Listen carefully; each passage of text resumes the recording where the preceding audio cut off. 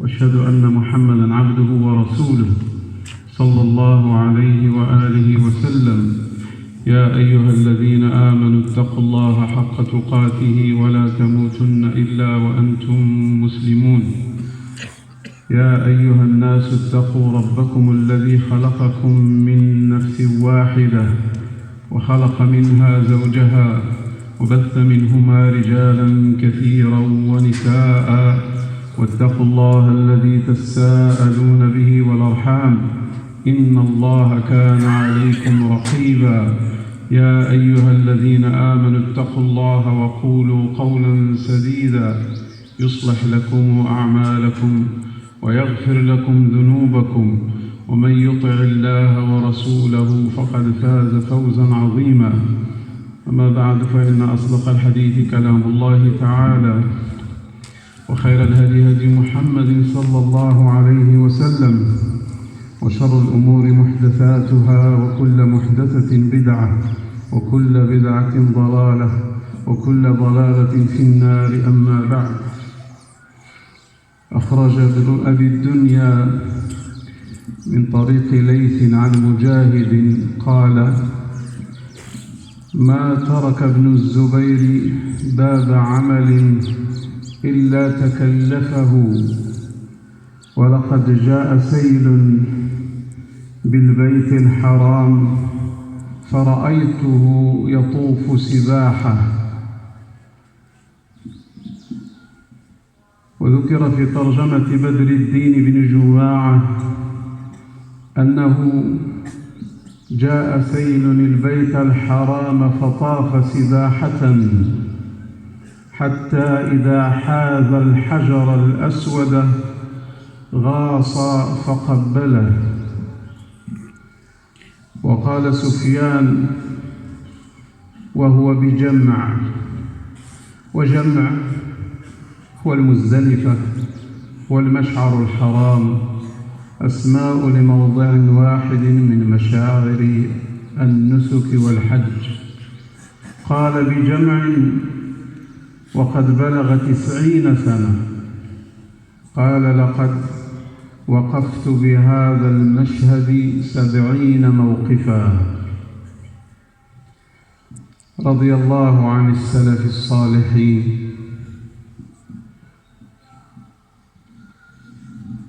الذين جعل لهم لسان صدق في الآخرين، وجعل أعمالهم وسيرهم نجوما يهتدى بها، يسلك في ضوئها السائر المستوحش، ويأنس بها ويثبت بها ويقص على أثرها إذا عدم القدوة حوله. كانوا لا تحبسهم عن استدامة العبادة حوابس، ولا تمنعهم من أن يستديموا العهد الإيماني بينهم وبين الله مانع،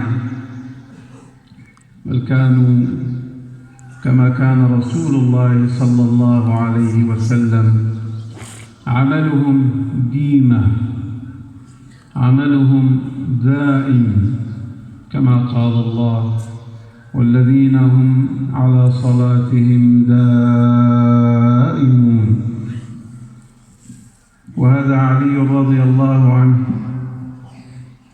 في الصحيح يرسل هو وفاطمة إلى النبي صلى الله عليه وسلم يطلبون خادما، وقد أثر الرحى في يد فاطمة عليها السلام فأصابها تعب من شدته، فأرادت أن يعطيها النبي صلى الله عليه وسلم خادما، فجاءهم النبي صلى الله عليه وسلم فقال لهما: ألا أدلكما على خير لكما مما سألتما؟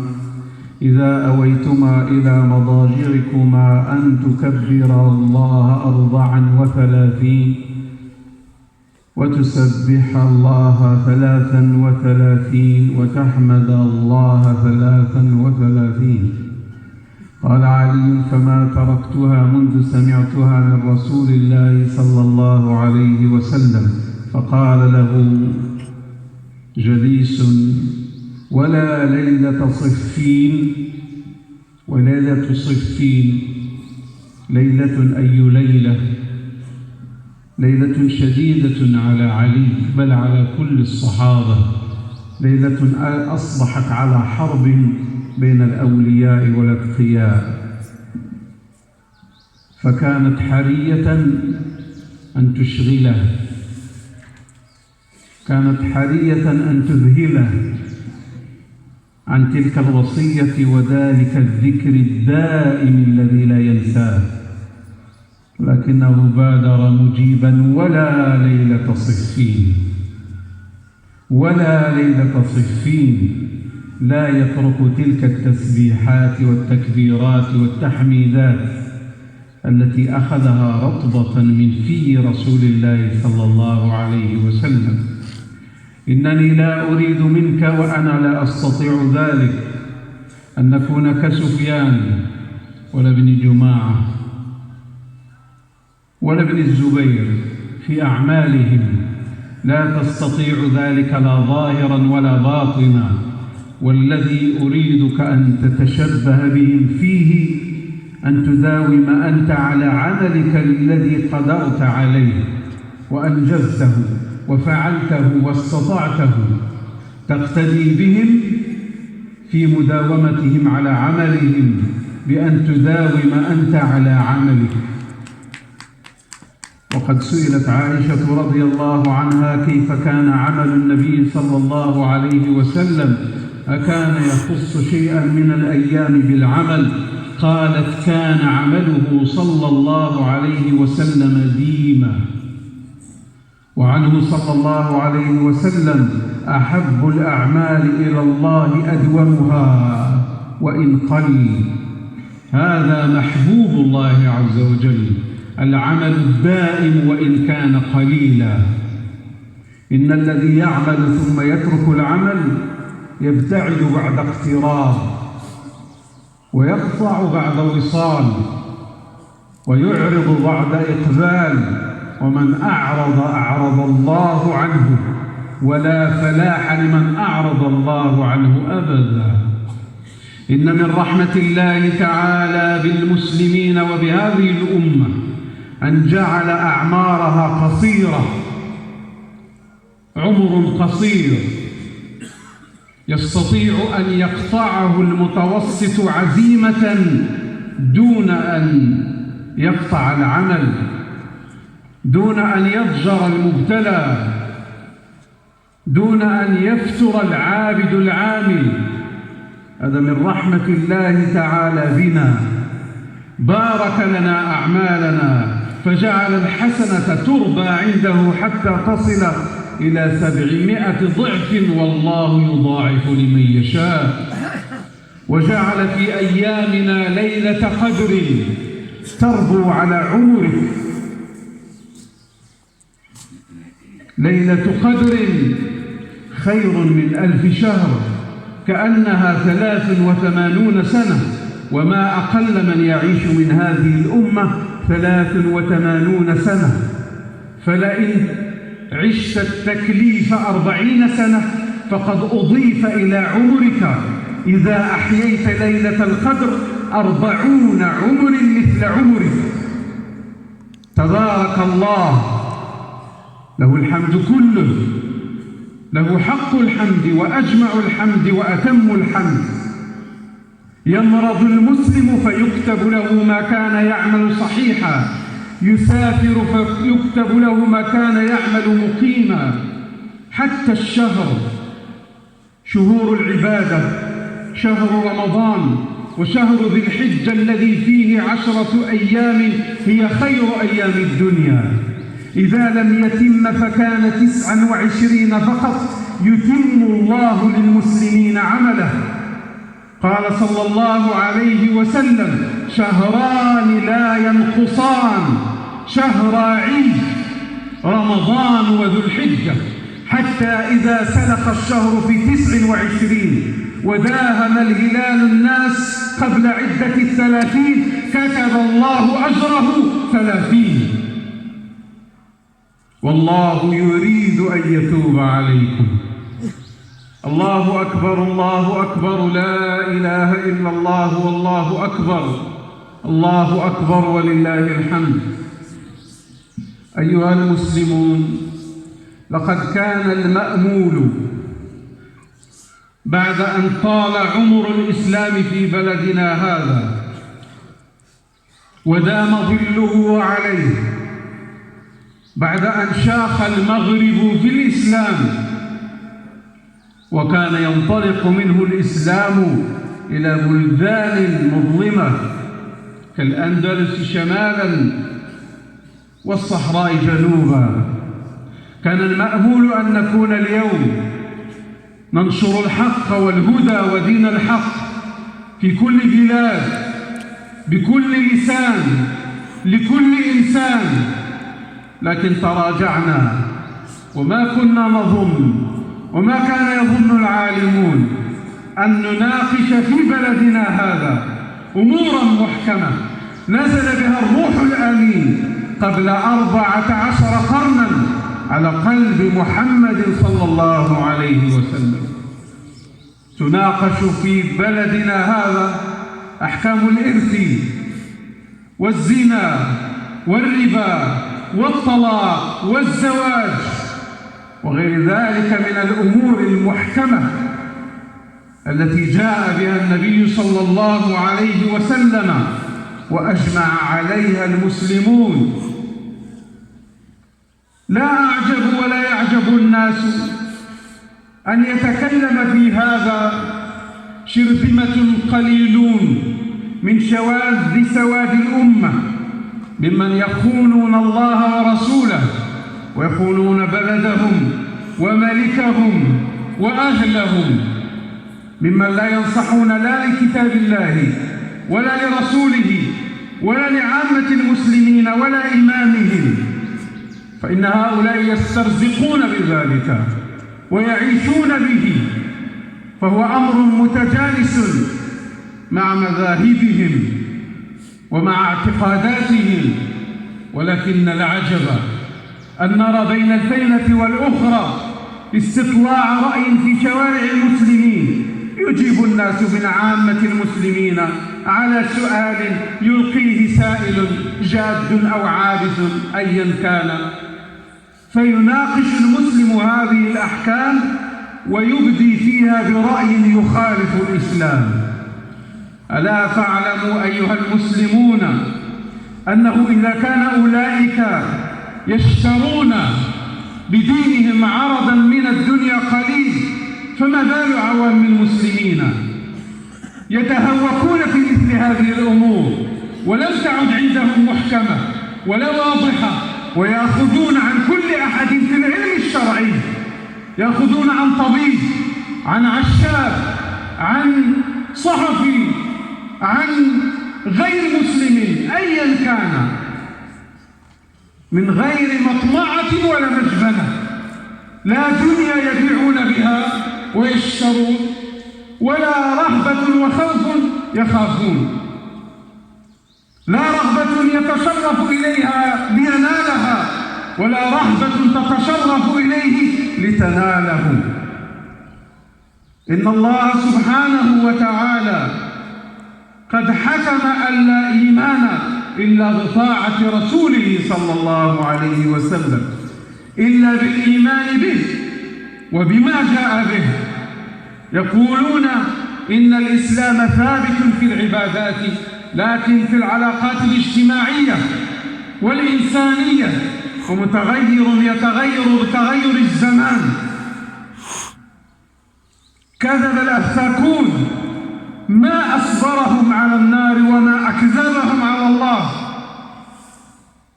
كذب الأفاكون وصدق الله إذ يقول سبحانه وتعالى: ونزلنا عليك الكتاب تبيانا لكل شيء. كذبوا وصدق الله إذ يقول: ما كان حديثا يفترى، ولكن تصديق الذي بين يديه وتفصيل كل شيء من عبادة وأمور الناس وحاجياتهم في دنياهم وبيعهم وشرائهم وعقودهم ونكاحهم وطلاقهم، في أسرهم وأسواقهم وبيوتهم، في مساجدهم وفي كل مكان وفي كل شيء. صدق الله إذ يقول: إن هذا القرآن يهدي للتي هي أقوم مطلقة في كل شيء من أمور الناس. هكذا يقول الله وهكذا يقول الكذابون. ألف الزرقاني شرحا على مختصر خليل في 8 أجزاء، 6 منها كلها معاملات دنيوية، وجزءان فقط ومجلدان فقط للعبادات. إن الله أنزل كتابه وأرسل رسوله ليطاع في كل شيء. يقول الله عز وجل مبينا جلالة الرسل والغاية التي أرسلوا بها ولها: وما أرسلنا من رسول إلا ليطاع بإذن الله. ما أرسل إلا لهذا، بأسلوب هو أشد أساليب الحصر، نفي ثم استثناء. ما أرسلنا من رسول إلا ليطاع بإذن الله، بأمر الله، إلا ليطاع في كل شيء، إلا ليعمل بأمره، إلا ليتبع في سنته وطريقته.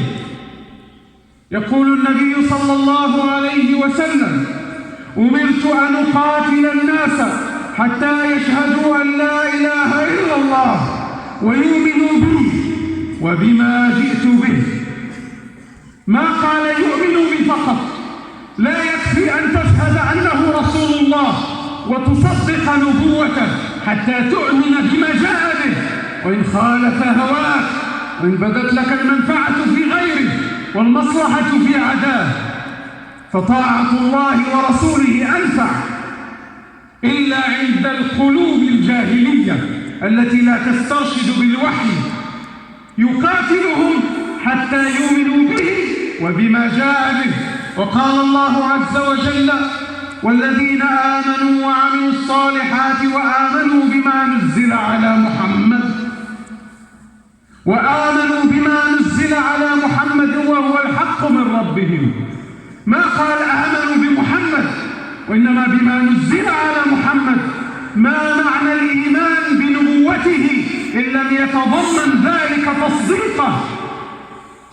إن الإيمان بنبوته صلى الله عليه وسلم المراد منه أن تسمع منه قول الله وأمره وتنفذ حكمه، ولا تكسر له أمرا، ولا تتجاوز له حدا، وتذعن لكل ذلك.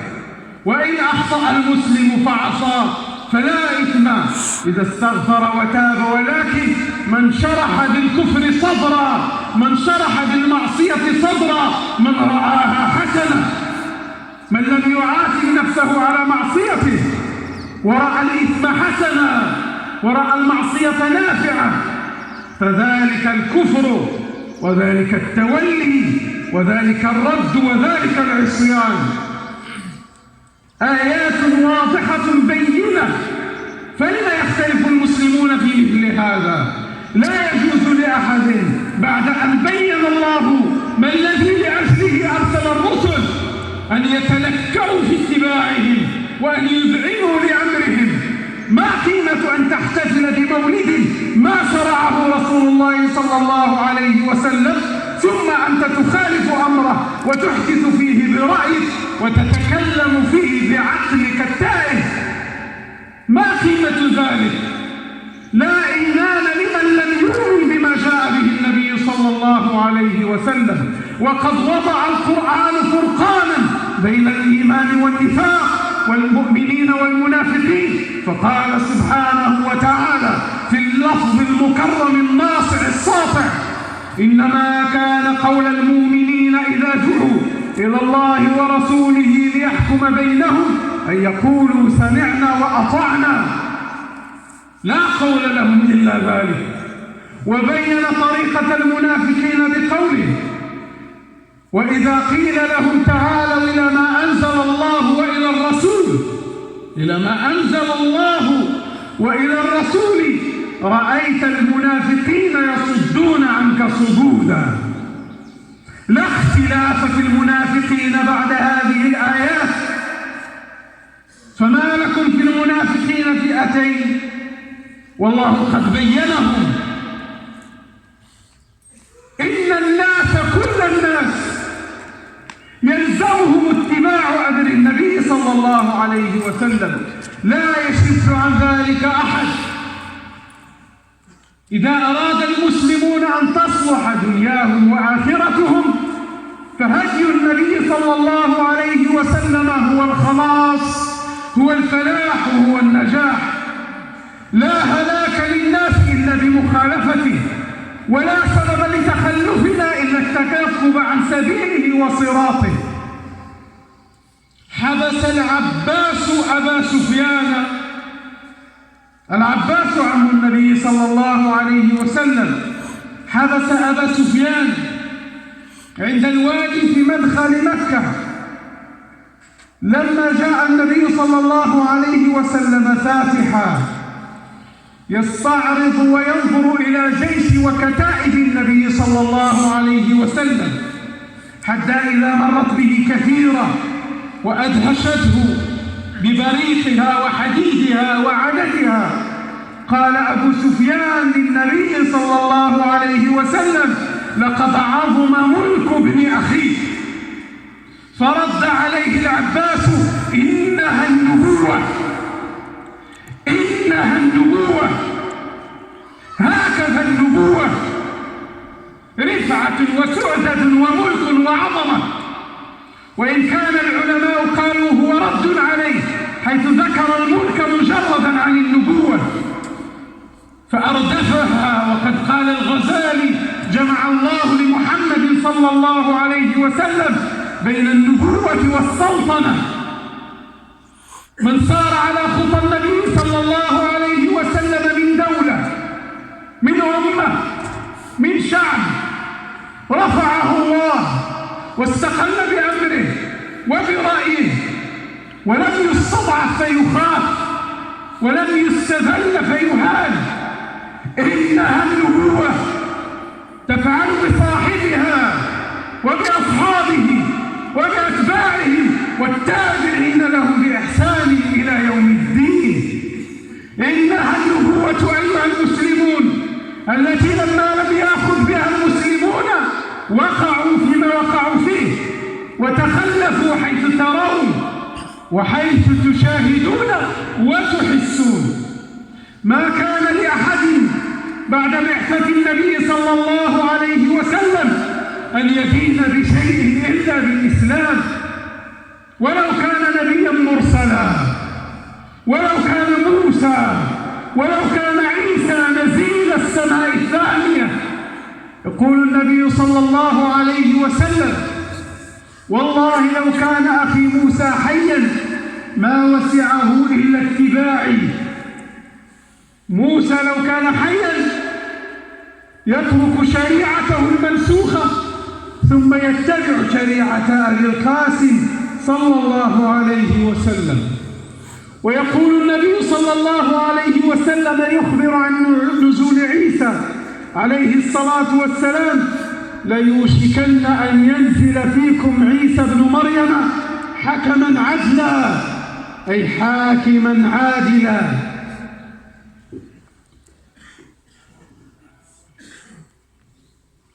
قال في حديث أبي هريرة: فيقاتل الناس على الإسلام، لا النصرانية لا المسيحية، ويكسر الصليب ويقتل الخنزير ويضع الجزية، لا جزية، إنما هو إسلام أو قتال، لا واسطة بينهما، ويضع الجزية. ويهلك الله على يديه كل ملة إلا الإسلام، فلا يبقى بعد نزول عيسى دين إلا الإسلام. ينزل عيسى عليه الصلاة والسلام من السماء ليحكم بشريعة النبي صلى الله عليه وسلم ويتخلى عن شريعته فقد نسخت نبوته في حقه وحق من تبعه وحق من جاء بعده ومن جاء بعد النبي صلى الله عليه وسلم، فيصلي بصلاة النبي صلى الله عليه وسلم ويصوم بصومه، بل حين يموت يدفنه المسلمون ويصلون عليه ويشيعونه على ملة رسول الله صلى الله عليه وسلم وفقه شريعته. الأنبياء جميعا والمرسلون يلزمهم الله تعالى لئن جاء محمد صلى الله عليه وسلم أن يتبعوه. لما آتيتكم من كتاب وحكمة ثم جاءكم رسول مصدق لما معكم لتؤمنن به ولتنصرنه قال أقررتم وأخذتم على ذلكم إصري قالوا أقررنا قال فاشهدوا وأنا معكم من الشاهدين. فمن تولى بعد ذلك منكم فأولئك هم الفاسقون. خطاب شديد لزمرة الأنبياء المرسلين المبجلين، لا محاباة في شأن دعوة النبي صلى الله عليه وسلم. لا دين بعد دينه، لا بيوت في الأرض هي بيوت الله إلا المساجد، مساجد المسلمين المستقبلة بيت الله الحرام العتيق، لا بيت إبراهيم ولا بيت إسماعيل، إنما هي بيوت الله تعالى مساجد المسلمين. قال صلى الله عليه وسلم والله لا يسمع لي أحد من هذه الأمة أي أمة الدعوة يهودي ولا نصراني ثم لا يؤمن بي إلا كان من أصحاب النار.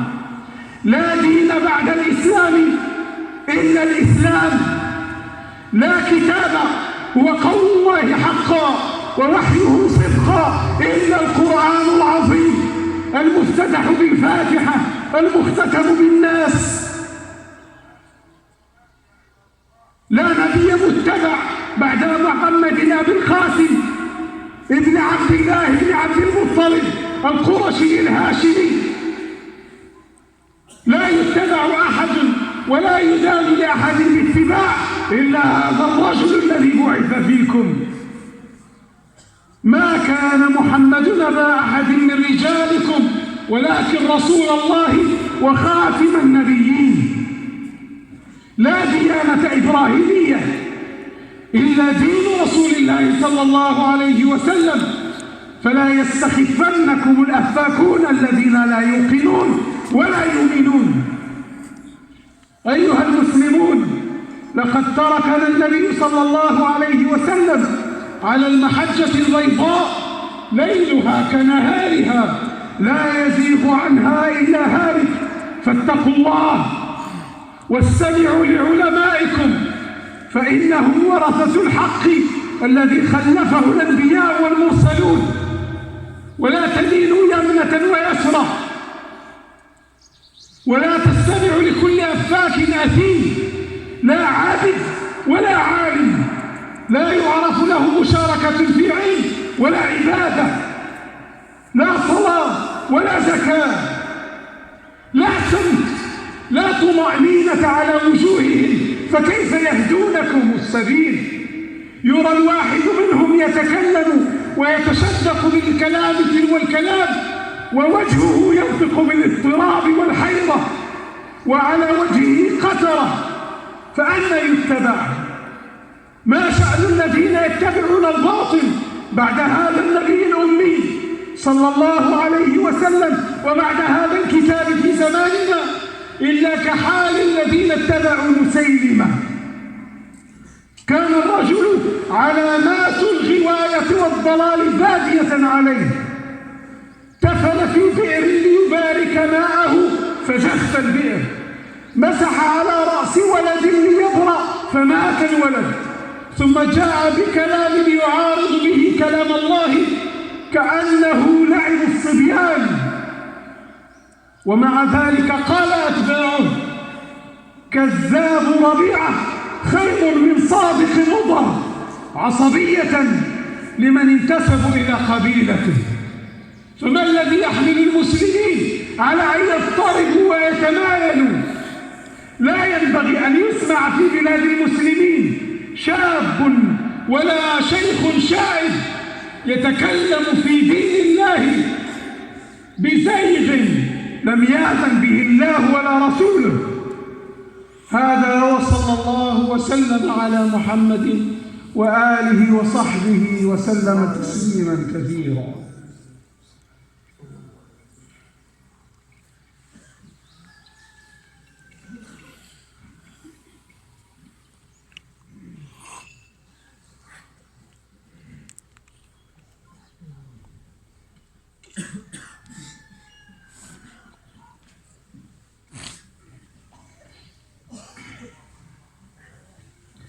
الحمد لله رب العالمين، والصلاة والسلام على إمام المتقين وقائد الغر المحجلين إلى الحوض المبين. أما بعد، أيها المسلمون، إن رحمة أفراد هذه الأمة والرفق بهم والإحسان إليهم والحرص على ما يهمهم والسعي فيما يضرهم هو سنة نبوية عظيمة، هو هدي محمدي، فينبغي اتباع سنة النبي صلى الله عليه وسلم برحمة الضعفاء والمحتاجين والمساكين. وإنه لمن عجائب حصائد السنة المنصرمة أن يرى الناظر المتتبع المسلمين يجتمع سوادهم اجتماعا حارا بين قوسين للهو أو لعب، فيبدون كالأمة الواحدة، يبدون جسدا واحدا في لهو، لكن في الحقائق لا يكونون كذلك. في الحقائق لا يكونون جسدا واحدا، يرفعون راية واحدة في لهو، يفرحون جميعا فرحة واحدة، لكن في الحقائق لا يرقبون الإيمان في بعضهم ولا حقوق الله في بعضهم ولا سنة رسول الله صلى الله عليه وسلم في بعضهم. إن الصورة التي تحقق حقا الجسد الواحد هي التي تكون بالتراحم والتواد بين المؤمنين، وهي التي ذكر النبي صلى الله عليه وسلم في قوله: مثل المؤمنين في توادهم وتراحمهم كمثل الجسد الواحد إذا اشتكى منه عضو تداعى له سائر الجسد بالسهر والحمى، أما ما دون ذلك فلا جسد.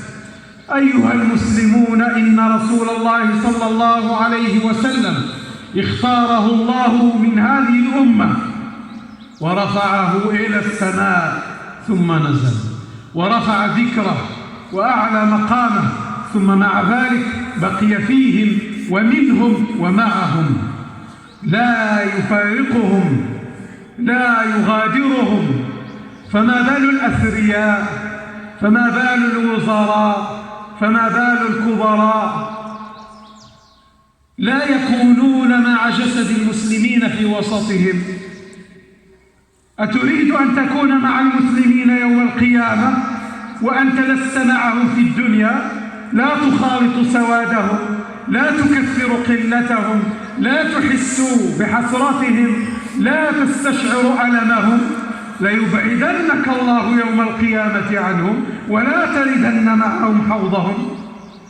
إن الرسول صلى الله عليه وسلم من أعظم سننه الرحمة بالمؤمنين، بل بكل الناس.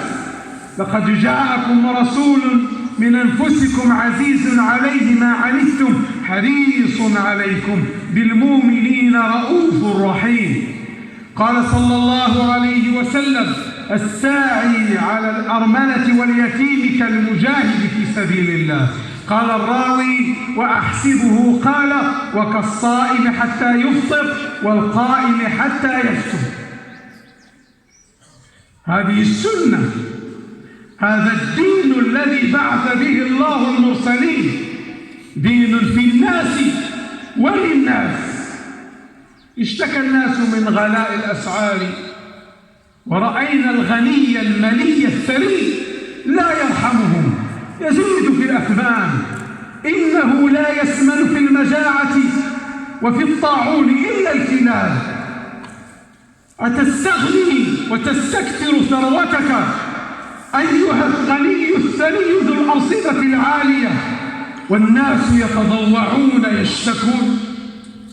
لا بارك الله فيها من ثروة. وأنت أيها المسؤول أو الوزير الذي أراد الله لك أن تكون في ذلك المنصب يجري على يديك الخير، لم تحرم نفسك من الخير ولا تحس بألم الناس؟ ودائما نحتاج أن نستثني حين نذكر المسؤولية أو نذكر الثرية، فإننا لا نعمم. قلنا في الخطبة الماضية والتي قبلها والتي قبل التي قبلها، ونعيدها، فإن المسلمين لا يزالون يرون الخير من كثير من الأثرياء. اعتبر ذلك بزمن كورونا، كم أنفقوا بارك الله لهم. ولا يزال المسلمون يرون الخير في كثير من المسؤولين، ولكن نقصد الذين في آذانهم وقر لا يسمعون. فاتقوا الله في عباد الله، فإن الله سبحانه وتعالى يسائل كل من أمكنه أن يرفع حزنا أو لينفس كربة عما استطاعه ولم يفعله. ثم بعد هذا حتى لا أطيل والشمس قد اشتدت عليكم، عتاب للمشتكين، لكنه كما قال المتنبي مقة وحب وحرص ورحمة. نشتكي من غلاء الأسعار ومن شظف العيش وضيق المعيشة عند كثير من الضعفاء، ويتألم الناس لذلك، ويسمعون الصوت فيسمع ويرفعونه فيرفع. لكن إذا كان غلاء المعيشة مضنيا مؤلما، أليس فساد الأخلاق حالقة الدين؟ أليس ترك الصلاة هدم عمود الدين؟ أليس التبرج في شوارع المسلمين مجلبة للعنة رب العالمين؟ أليس التعامل بالربا حربا مع رب العالمين؟ أليس وأليس من هذه المنكرات والنقص في الدين والرقة في الإيمان التي لا يشتكي الناس منها ولا يحسون بها؟ يرفع صوته بالتشكي رجل لا يصلي، ومن عجب لا يصلي، ثم يسأل رزق السماء. لقد جاءت في القرآن آيات كثيرة واضحة ظاهرة تبين أن الناس لو اتقوا لأنزل الله بركاته، ولو أن أهل القرى آمنوا واتقوا لفتحنا عليهم بركات من السماء والأرض.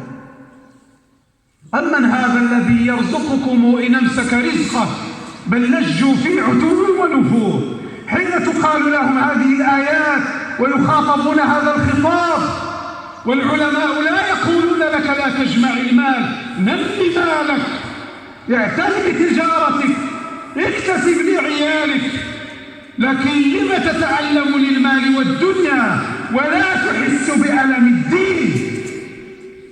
لم تجزع أن لا يلبس ابنك الجديد ولا تتعلم أن لا يصلي ابنك الفجر أو الظهر أو العصر؟ يقول النبي صلى الله عليه وسلم: ما الفقر أخشى عليكم، وإنما أخشى عليكم أن تبسط عليكم الدنيا فتنافسوها كما تنافسها الذين من قبلكم فتهلككم كما أهلكتكم.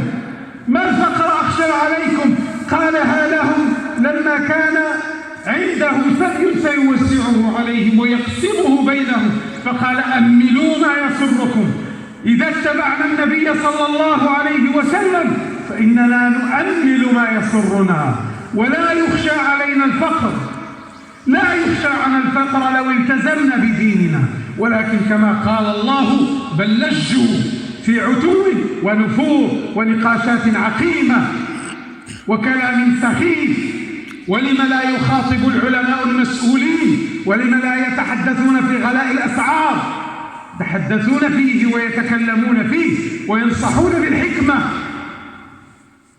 ومن لم يستجب فهو كذلك المستضعف أيضا إذا دعي للصلاة والالتزام والاستقامة ولا يستجيب. لا ينزل رزق من السماء إلا بطاعة، فيكون إمساك الثري حينئذ عقوبة على تركك للصلاة، وعلى تبرج المرأة، وعلى أكل الناس للربا، وعلى أيها المسلمون، قد جاءتكم موعظة من ربكم وشفاء لما في الصدور وهدى ورحمة للمؤمنين. قل بفضل الله وبرحمته فبذلك فليفرحوا هو خير مما يجمعون. شرعنا كتاب ربنا وسنة نبينا خير مما يجمعون بعقولهم التائهة. كلام ربنا وسنة نبينا صلى الله عليه وسلم خير مما يجمعون من حطام الدنيا. ألا تلزموا دينكم. بارك الله لكم في صيامكم وتقبل الله طاعاتكم وأدام عليكم المسرات والبرات وكثر سوادكم في الخير وجعلنا وإياكم من المقبولين المرحومين، ولا جعل في مجمعنا ولا في بلدنا ولا في كل بلد صام فيه المسلمون وقاموا شقيا ولا محروما. اللهم صل على محمد وعلى آل محمد وبارك على محمد وعلى آل محمد كما صليت وباركت على إبراهيم وعلى إبراهيم في العالمين إنك حميد مجيد. اللهم ارض عن الخلفاء الراشدين والصحابة الآمنين. اللهم إنا نسألك موجبات رحمتك وعزائم مغفرتك والسلامة من كل إثم والغنيمة من كل بر. اللهم إنا نسألك الهدى والتقى والعفاف والغنى. ربنا تقبل منا إنك أنت السميع العليم. اللهم اجعل خير أعمالنا آخرها وخير أعمالنا خواتيمها. اللهم اجعل خير أيامنا يوم نلقاك. اللهم استر في عوراتنا وآمن فيه روعاتنا. اللهم وفق ولي أمرنا ملك البلاد محمد بن الحسن لما تحبه وترضاه، ويسر له البطانة الصالحة التي تدله على الخير وتعينه عليه، وجنب بطانة السوء التي تدله على الشر وتزينه له. اللهم وفقنا لما تحب وترضى. ربنا هب لنا من أزواجنا وذرياتنا قرة أعين واجعلنا للمتقين إماما. وصلى الله وسلم على محمد وآله وصحبه وسلم.